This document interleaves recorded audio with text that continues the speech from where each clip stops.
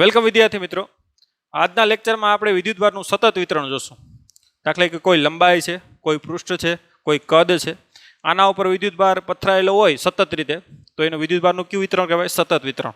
આજે આપણે 3 ભૌતિક રાશિ વ્યાખ્યાયિત કરવાના છે: રેખીય વિદ્યુતભારની ઘનતા, પૃષ્ઠ વિદ્યુતભારની ઘનતા અને કદ ઘનતા. તો આ ત્રણેય જે ભૌતિક રાશિઓ છે એ આગળ જતાં આપણે અમુક ટોપિકમાં એકદમ સિમ્પલ વસ્તુ કરશે. તો સરળતા ખાતર આ 3 વસ્તુ વ્યાખ્યાયિત કરશું આજે. તો પહેલાં તો વિદ્યુતભારના વિતરણ કેટલા પ્રકારના? 3 પ્રકારના હોય. ક્યાં ક્યાં? તો કે પહેલું વિદ્યુતભારનું રેખીય વિતરણ, બીજું વિદ્યુતભારનું પૃષ્ઠ વિતરણ અને ત્રીજું કદ વિતરણ. એક એકને આપણે સમજીએ. પહેલાં જોઈએ આપણે રેખીય વિતરણ. વિદ્યુતભારનું રેખીય વિતરણ. દાખલા કે કોઈ તાર છે, આ તાર ઉપર આવી રીતે વિદ્યુતભાર સતત રીતે પથરાયેલો છે. ધ્યાન આપજો. તો આને શું કહેવાય? વિદ્યુતભારનું રેખીય વિતરણ. કોઈ કઈ તાર છે, એ રેખા છે, એના ઉપર વિદ્યુતભાર આવી રીતે શું પથરાયેલો છે? સતત પથરાયેલો છે. તો એને વિદ્યુતભારનું કયું વિતરણ કહેવાય? રેખીય વિતરણ કહેશું. હવે એના ઉપરથી આપણે વિદ્યુતભારની રેખીય ઘનતા વ્યાખ્યાયિત કરશું. ધ્યાન આપજો. જેનો સિમ્બોલ છે લેમ્બડા.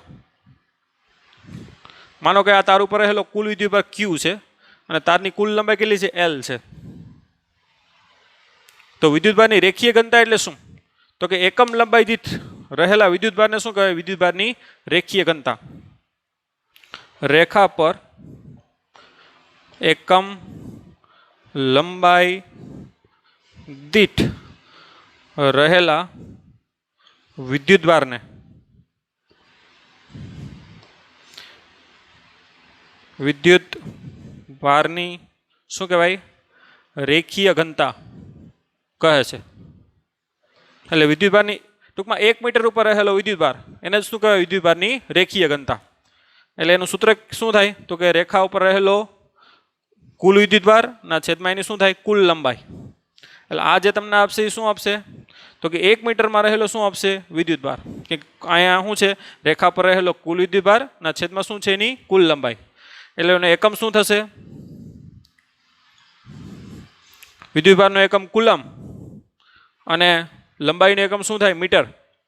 એટલે વિદ્યુતભારની રેખીય ઘનતાનો એકમ શું થશે? Coulomb upon metre. એની થોડીક ફિઝિકલ સેન્સ આપણે લઈએ. દાખલા કે આ કોઈ રેખા છે, માનો આના પર રહેલો વિદ્યુતભાર માનો કે 100 મિલીકુલમ છે અને આની જે લંબાઈ છે એ માનો કે 20 મીટર છે. કેટલી છે? 20 મીટર. તો આના ઉપર રહેલી વિદ્યુતભારની રેખીય ઘનતા કેટલી થાય? લેમ્બડા. તો એને લેમ્બડા બરાબર આ રેખા ઉપર રહેલો કુલ વિદ્યુતભારના છેદમાં શું થાય? કુલ લંબાઈ. એટલે કે 100 ના છેદમાં કેટલી થાય? 20. એટલે 5 મિલીકુલમ ના છેદમાં શું થાય? મીટર. આનો મતલબ શું થાય? કે 1 મીટર ઉપર કેટલો વિદ્યુતભાર હશે? 5 મિલીકુલમ. 2 મીટર ઉપર 10, 3 મીટર ઉપર 15, 4 મીટર ઉપર 20. આવી રીતે 20 મીટર ઉપર કેટલો આવી જશે? 100 મિલીકુલમ. તો વિદ્યુતભારની રેખીય ઘનતા તમને શું આપશે? 1 મીટર ઉપર રહેલો શું આપશે? વિદ્યુતભાર. જેને જ આપણે શું કહીએ? વિદ્યુતભારની રેખીય ઘનતા. ખ્યાલ આવ્યો તમને? જે કોઈ પણ તાર માટે કેવી હોય? અચળ હોય. તો હવે એ રીતે કોઈ પૃષ્ઠ એટલે કે કોઈ ક્ષેત્રફળમાં વિદ્યુતભાર પથરાયેલો હોય તો એને આપણે શું કહીશું? પૃષ્ઠ વિતરણ કહેશું. અને એના ઉપર રહેલી ઘનતા છે એને આપણે પૃષ્ઠ ઘનતા બોલીએ. તો એને આપણે વ્યાખ્યાયિત કરીએ. તો હવે ટાઇટલ લખશું આપણે પૃષ્ઠ ઘનતા.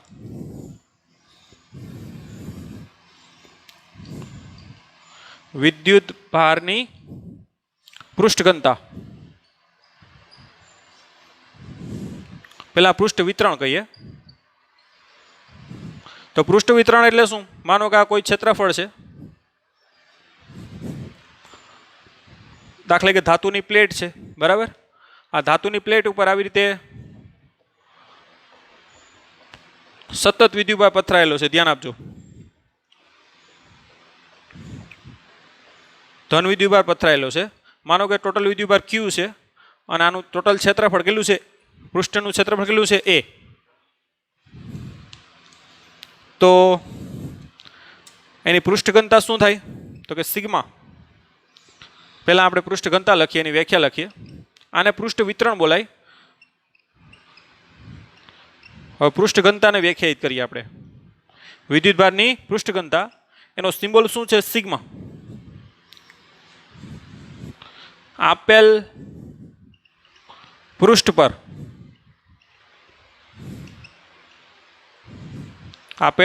પર એકમ ક્ષેત્રફળ દીઠ રહેલા વિદ્યુતભારને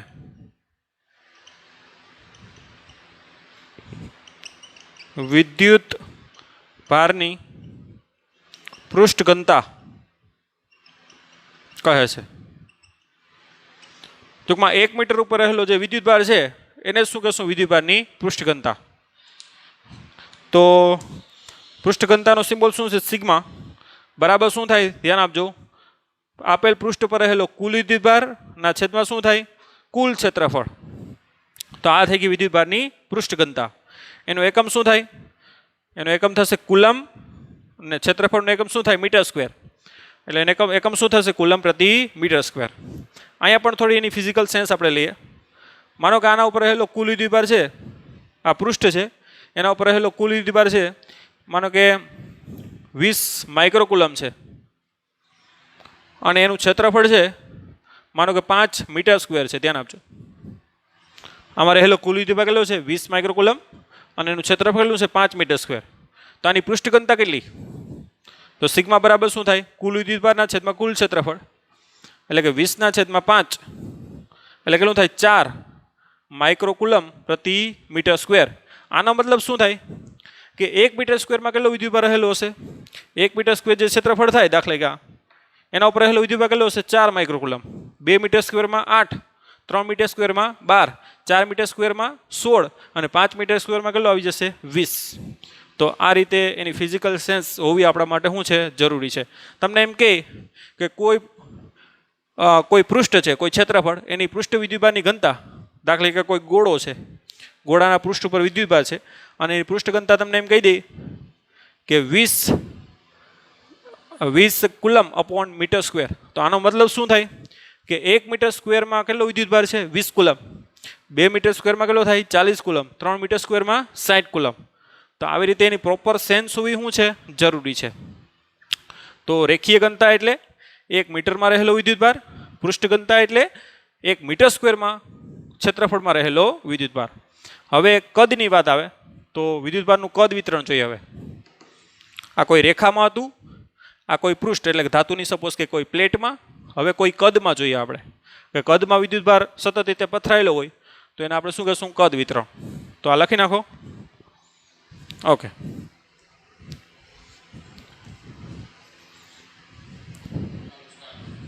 ઓકે, કદ વિતરણ જોઈએ. હા, લખજો ટાઇટલ, વિદ્યુત ભારનું કદ વિતરણ. કોઈ આપણે સમઘન લઈ લઈએ.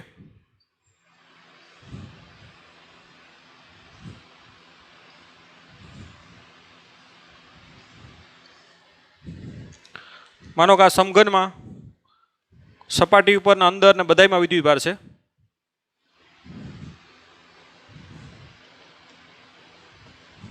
આખા કદમાં આવી રીતે શું છે? વિદ્યુતભાર. તો આના વિદ્યુતભાર સતત પથરાયેલો છે, તો આને શું કહેવાય? વિદ્યુતભારનું કદ વિતરણ કહેવાય. કોઈ કદમાં વિદ્યુતભાર સતત રીતે પથરાયેલો હોય તો એને વિદ્યુતભારનું શું કહેવાય? કદ વિતરણ. હવે આપણે કદ ઘનતા વ્યાખ્યાયિત કરીએ.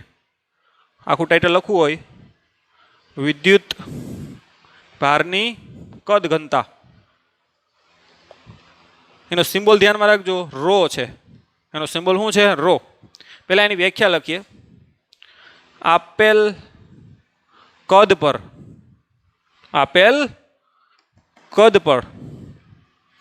એકમ કદ દીઠ એટલે કે 1 મીટર ક્યુબ. 1 મીટર ક્યુબ જે કદ થાય, દાખલા કે આ એકમ કદ દીઠ રહેલા વિદ્યુતભારને વિદ્યુત ભારની કદ ઘનતા કહે છે આપેલ કદ પર એકમ કદ દીઠ એટલે કે 1 મીટર ક્યુબમાં જે રહેલો વિદ્યુતભાર છે એને જ વિદ્યુતભારની શું કહે કદ ઘનતા. તો એ આપણે મેળવવી હોય તો શું કરશું તો કે વિદ્યુતભારની કદ ઘનતા રો બરાબર આ કદમાં રહેલો કુલ વિદ્યુતભાર ના છેદમાં એનું શું આવશે કુલ કદ એટલે કે રો બરાબર શું આવશે ક્યુ ના છેદમાં વી. તમારે બુકમાં સિમ્બોલ ડેલ્ટા ક્યુ ના છેદમાં ડેલ્ટા વી આપે, ડેલ્ટા ન લખો તો પણ ચાલે બરાબર. તો વિદ્યુતભારની કદ ઘનતા રો બરાબર શું થાય આપેલ કદ ઉપર રહેલો કુલ વિદ્યુતભારના છેદમાં શું થાય કુલ કદ. એનો એકમ શું થશે તો કે કુલમ અપોન મીટર ક્યુબ એટલે કે 1 મીટર ક્યુબ જે કદ થાય એમાં રહેલો જે વિદ્યુતભાર છે એને જ વિદ્યુતભારની શું કહેવાય કદ ઘનતા. દાખલા તરીકે તમને ઉદાહરણ આપો એટલે તમને ખ્યાલ આવે કે એની પ્રોપર સેન્સ શું છે. દાખલા કે આ કદ છે એના ઉપર રહેલો વિદ્યુતભાર માનો કે 30 માઇક્રોકુલમ છે અને એનું કદ છે માનો કે 3 મીટર ક્યુબ છે. આનું કદ કેટલું છે 3 મીટર ક્યુબ, લંબાઈ પણ 1 મીટર, પહોળાઈ પણ 1 મીટર અને ઊંચાઈ પણ 1 મીટર. એટલે એનું કદ કેટલું થાય 3 મીટર ક્યુબ, લંબાઈ ગુણ્યા પહોળાઈ ગુણ્યા ઊંચાઈ સમઘન છે. ઓકે, તો એની કદ ઘનતા કેટલી થાય તો એની કદ ઘનતા રો બરાબર શું થાય ક્યુ ના છેદમાં વી. ક્યુ કેટલો છે 30 અને વી કેટલું છે 3 એટલે 10 3 30 એટલે 10 માઇક્રોકુલમ અપોન મીટર ક્યુબ. આનો મતલબ શું થાય કે 1 મીટર ક્યુબમાં કેટલો વિદ્યુતભાર હશે 10, 2 મીટર ક્યુબમાં કેટલો હશે 20, 3 મીટર ક્યુબમાં કેટલો હશે 30. તો જ્યારે પણ તમારે કદ ઘનતા મગજમાં આવે ત્યારે આપણે વિચારી લેવાનું છે કે 1 મીટર ક્યુબમાં રહેલો શું છે વિદ્યુતભાર છે.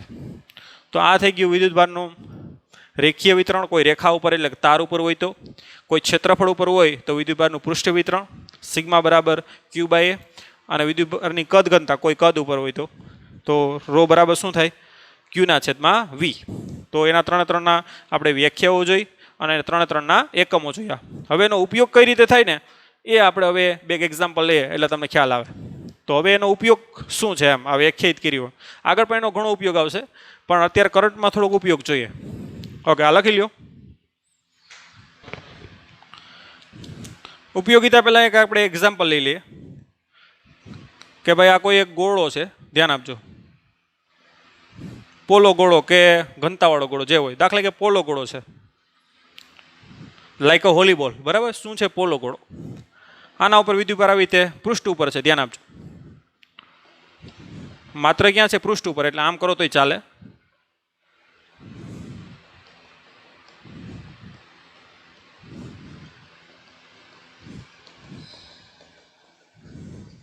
તો આખા ગોળા ઉપર વિદ્યુતભાર સતત રીતે શું થયેલો છે પથરાયેલો છે.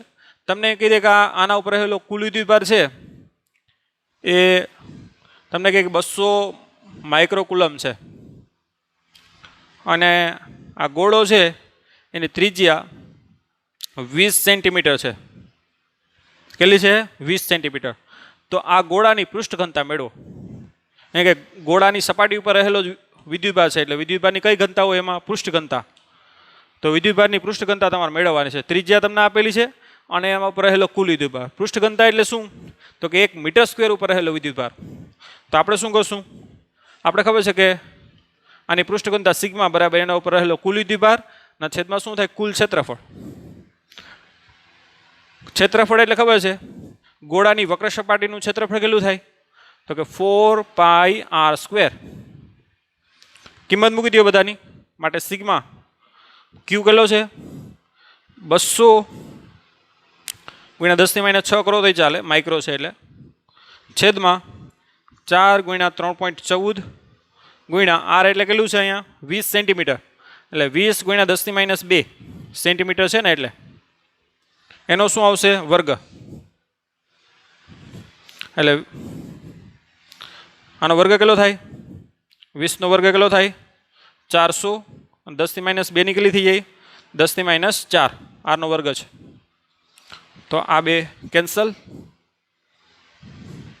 2 દુ 4 એટલે 2 કેન્સલ, 10⁻6 10⁻2 આવશે ઓકે, તો એક ભેગા આપણે તમે બધા કેલ્સીમાં કરવાનું 4, 3.14 અને 2.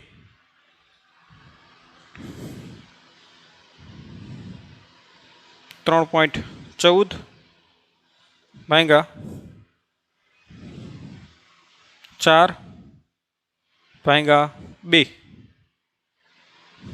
એટલે આવશે 0.0398 ગુણ્યા 10 માઇનસ કેટલું આવશે 2 એટલે કે 3.99 કહી શકો અથવા 98 ચાલો ગુણ્યા 10 માઇનસ કેટલે આવશે પોઈન્ટ આ બાજુ જાય એટલે 10 માઇનસ 4 કુલમ અપોન શું આવશે મીટર સ્ક્વેર એટલે કે 1 મીટર સ્ક્વેર ઉપર કેટલો વિદ્યુતભાર આટલો વિદ્યુતભાર હશે. તો આ રીતે આરામથી ગોળા પરની પૃષ્ઠ ઘનતા મેળવી શકો. ઓકે, હવે એના ઉપયોગ જોઈએ. ચાલો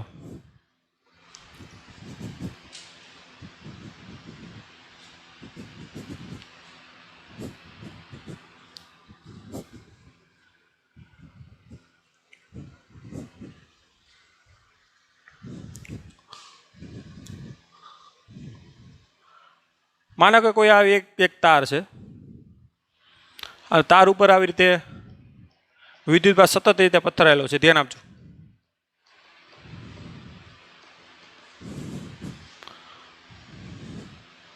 આ તારને કારણે માનો કે આ કોઈ વિદ્યુતભાર સ્મોલ ક્યુ છે. આ તાર ઉપર રહેલી વિદ્યુતભારની રેખીય ઘનતા કેટલી છે લેમ્બડા છે. અહીંયા દાખલે કે શું છે કોઈ સ્મોલ ક્યુ વિદ્યુતભાર છે, એના ઉપર લાગતું બળ કેટલું આ વિદ્યુતભારને કારણે. ખ્યાલ આવ્યો? આ વિદ્યુતભાર સતત રીતે પથરાયેલો છે. Q1, Q2, Q3, Q up to Qn સતત વિદ્યુતભાર પથરાયેલો છે. આ જે વિદ્યુતભાર છે એ આને શું લગાડશે બળ લગાડશે અથવા આને કારણે અહીંયા વિદ્યુત ક્ષેત્ર પણ હશે. તો આને કારણે અહીંયા બળ અને વિદ્યુત ક્ષેત્ર કેટલું એમ. તો આમાં કુલમનો નિયમ ચાલે નહીં, સંપાતપણાનો નિયમ પણ ચાલે નહીં. કે આને કારણે અહીંયા વિદ્યુતભાર, પછી આ વિદ્યુતભારને કારણે અહીંયા આ વિદ્યુતભારને કારણે. ખ્યાલ આવ્યો? આ બધા વિદ્યુતભારને કારણે લાગતું તમે બળ મેળવો અને એનો સરવાળો કરો તો એ કુલમના નિયમથી અથવા તો સંપાતપણાના નિયમથી થાય નહીં. અહીંયા વિદ્યુતભારની કઈ રેખીય ઘનતાનો ઉપયોગ કરી અને સંકલનથી આ ક્વેશ્ચન સોલ્વ કરવો પડે. તો કઈ રીતે કરશું આપણે? તો આવા જ્યારે પણ ક્વેશ્ચન હોય સતત વિતરણવાળા ત્યારે કોઈ ખંડ લેવાનો. આ ખંડને બિંદુવત સમજી શકો. દાખલે કે આનો સ્થાન સદિશ કહી દો કે R1 છે. આ ખંડનો સ્થાન સદિશ છે. ચાલો આનો R1 કહી દો અને આનો R2 કહી દો. ઓકે, તો R1 પોઝિશન વેક્ટર એટલે કે સ્થાન સદિશમાં એક શું લીધો કોઈ ખંડ લીધો આપણે. આ ખંડને બિંદુવત માની શકો. આના ઉપર રહેલો વિદ્યુતભાર કેટલો થાય DQ. કે આના ઉપર આખો રહેલો વિદ્યુતભાર કેટલો છે કેપિટલ Q છે. આ ખંડમાં કેટલો વિદ્યુતભાર હશે નાનો કેટલો DQ અને એની લંબાઈ કેટલી છે તો કે DL. માનો કે કુલ લંબાઈ એની L છે. આ તારની કુલ લંબાઈ કેટલી છે L અને એના ઉપર રહેલો કુલ વિદ્યુતભાર કેટલો Q. આ ખંડ લીધો, આ ખંડ ઉપર રહેલો વિદ્યુતભાર કેટલો થાય DQ અને લંબાઈ કેટલી DL. એને કારણે અહીંયા આના ઉપર લાગતું બળ પહેલાં આપણે મેળવી લઈએ જે કેટલું થાય DF. ખ્યાલ આવ્યો તમને? તો એ DF તો આપણે ખબર છે. આ બિંદુવત વિદ્યુતભારને કારણે અહીંયા કેટલું બળ લાગતું હશે તો કે DF બરાબર સદિશ સ્વરૂપે લખી શકો ડાયરેક્ટ કે Q DQ. બરાબર ને? કે Q આ DQ ના છેદમાં એનું અંતર. આ અંતરને શું કહી દો તમે R12.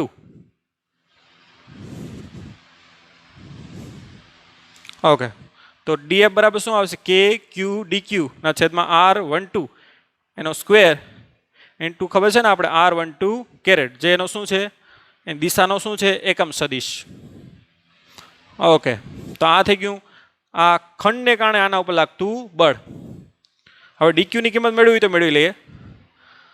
હવે આ ખંડ માટે લેમ્બડા શું લખી શકો તમે તો કે એ ખંડ ઉપર રહેલો કુલ વિદ્યુતભાર ના છેદમાં શું થાય એની કુલ લંબાઈ DL.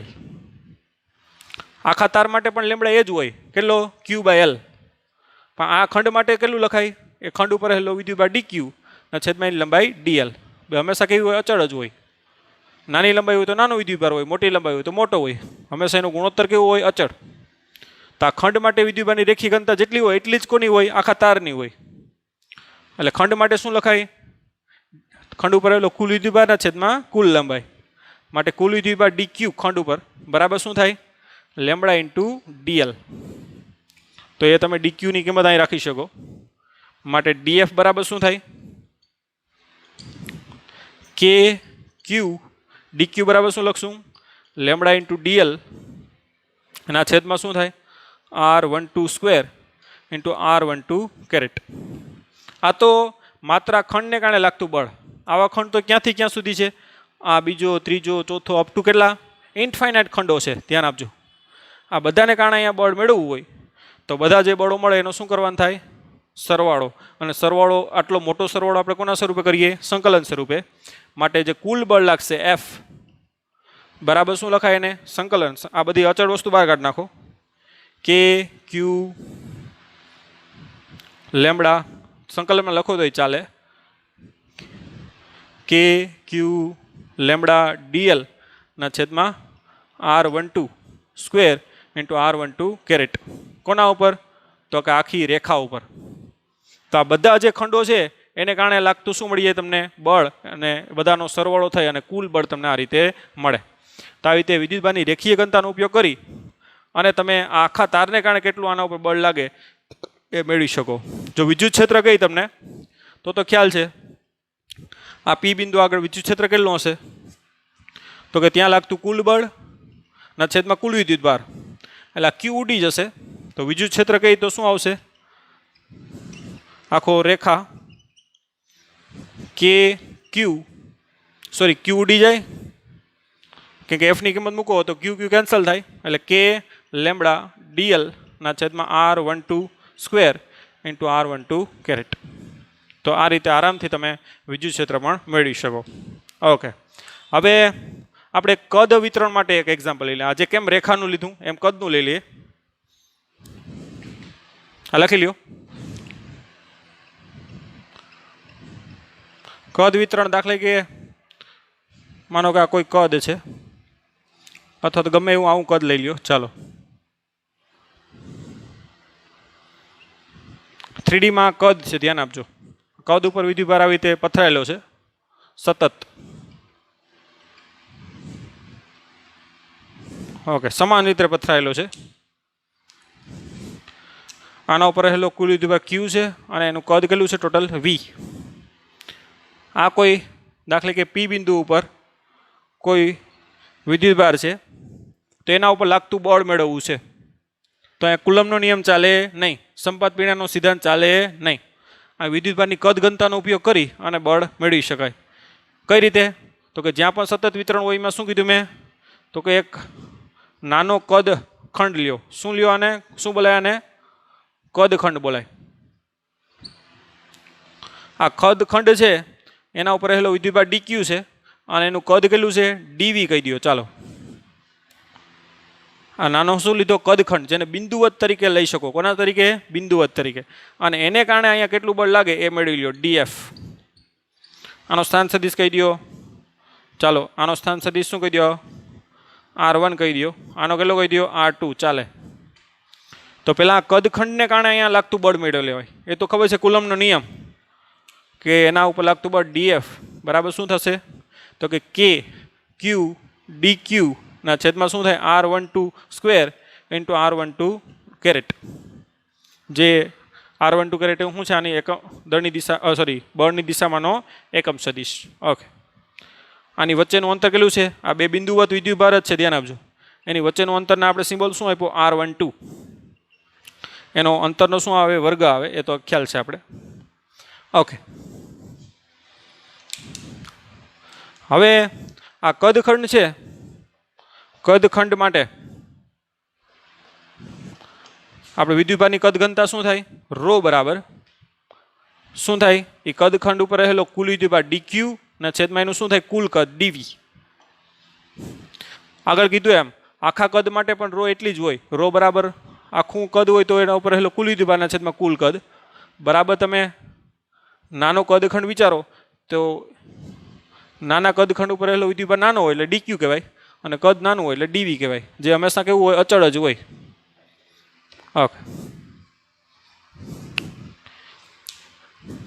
1 કિલોના 10 રૂપિયા હોય તો તમે 100 કિલો લ્યો કે 500 કિલો લ્યો, કિલોના તો કેટલા હોય? 10 જ રૂપિયા હોય. તો આ એક પ્રકારનો ભાવ જ છે કે 1 મીટર ક્યુબમાં રહેલો વિદ્યુત ભાર એ 50 મીટર ક્યુબ હોય તો 1 મીટર ક્યુબમાં રહેલો હોય એટલો જ હોય. એટલે એ વસ્તુ કેવી હોય? હંમેશા અચળ હોય. તમે 2 કિલો લ્યો તો પણ 1 કિલોનો ભાવ 10 રૂપિયા જ હોય. 5 કિલો લ્યો તો પણ 1 કિલોનો ભાવ 10 રૂપિયા જ હોય. અને 1000 કિલો લ્યો પણ 1 કિલોનો ભાવ કેટલો હોય? 10 રૂપિયા. બરાબર, ઓછું લ્યો તો ભાવ ઓછો હોય, વધારે લ્યો તો ભાવ વધારે હોય. એ રીતે તમે એની ટ્રુ સેન્સ મેળવી શકો. ઓકે,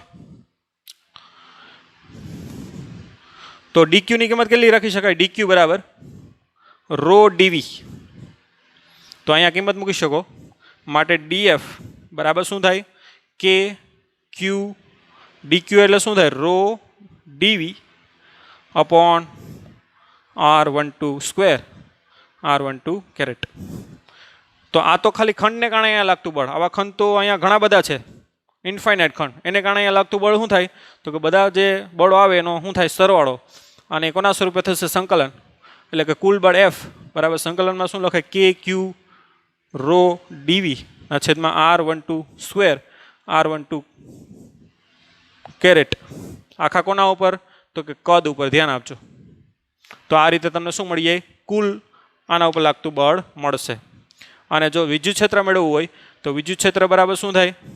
તો કે F અપોન ક્યુ.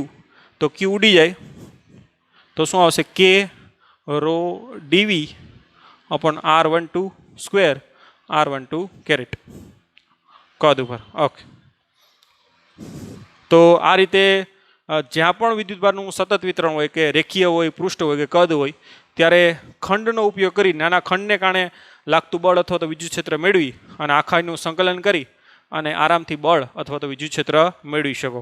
આમ વિદ્યુતભારની રેખીય ઘનતા, પૃષ્ઠ ઘનતા અને કદ ઘનતા આ રીતે શું થશે? આપણે ઉપયોગી થશે. જ્યાં પણ વિદ્યુતભારનું સતત વિતરણ તમને લાગે ત્યાં જે પણ ઘનતા ઉપયોગ થતી હોય એ ઘનતાનો ઉપયોગ કરી અને આ રીતે આપણે એને સોલ્વ કરશું. ઓકે, તો આજના લેક્ચરમાં આપણે આટલું રાખીએ. નેક્સ્ટ લેક્ચરમાં આપણે અહીંયાથી આગળ વધશું. ગૌસનો નિયમ. Okay, have a nice day.